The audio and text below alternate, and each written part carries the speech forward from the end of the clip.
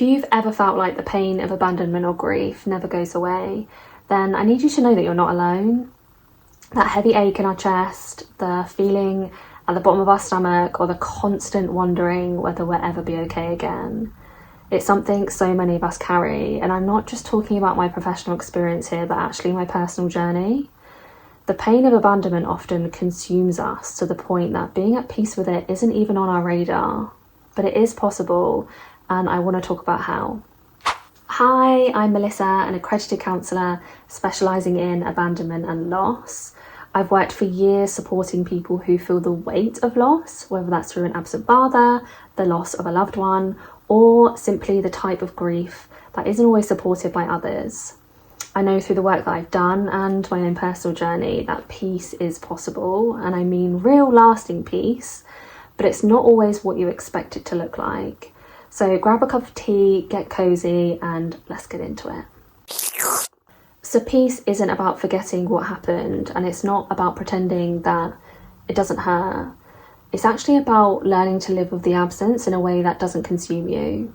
You might not have experienced it yet, but it's in those moments where that ache feels quieter and you start to realise that actually maybe there's more to me than the pain that I currently feel.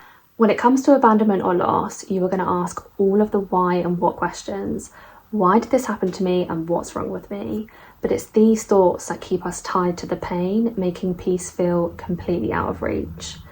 I know this because I've been through my own journey, asking all of the same questions, but I came to understand that it's about acceptance over answers. Peace doesn't always come from getting the answers we want. Sometimes it's about accepting that we may never get them. And once you reach that level of understanding, you actually give yourself space to grieve the loss that you're experiencing. Because believe it or not, abandonment is a form of grief. It's just not widely accepted in society, which basically means you can't share your authentic self or how you feel about your abandonment in a way that feels right for you. But probably one of the biggest steps in my journey was reconnecting with myself.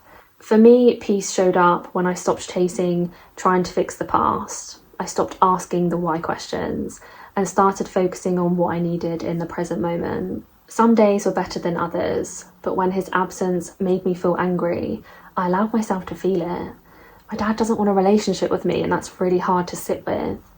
But as time went on, those moments of peace lasted longer. That doesn't mean his absence is never present in my life.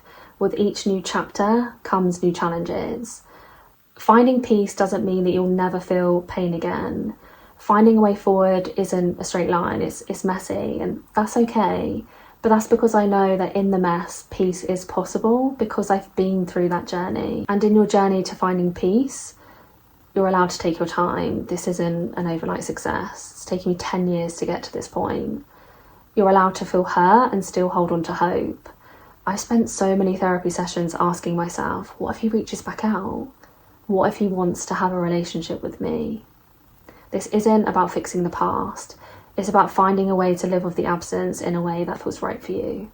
If you're on this journey to finding peace with your abandonment, then I'd love to hear from you. So I'll leave this question with you. What's one small thing you could do today to help you find peace? Let me know in the comments below. Otherwise, make sure you give this video a thumbs up because it helps people find content like this. And if you want more videos on abandonment and grief, then make sure to subscribe as I post a new video every week. Otherwise, until next time, bye for now.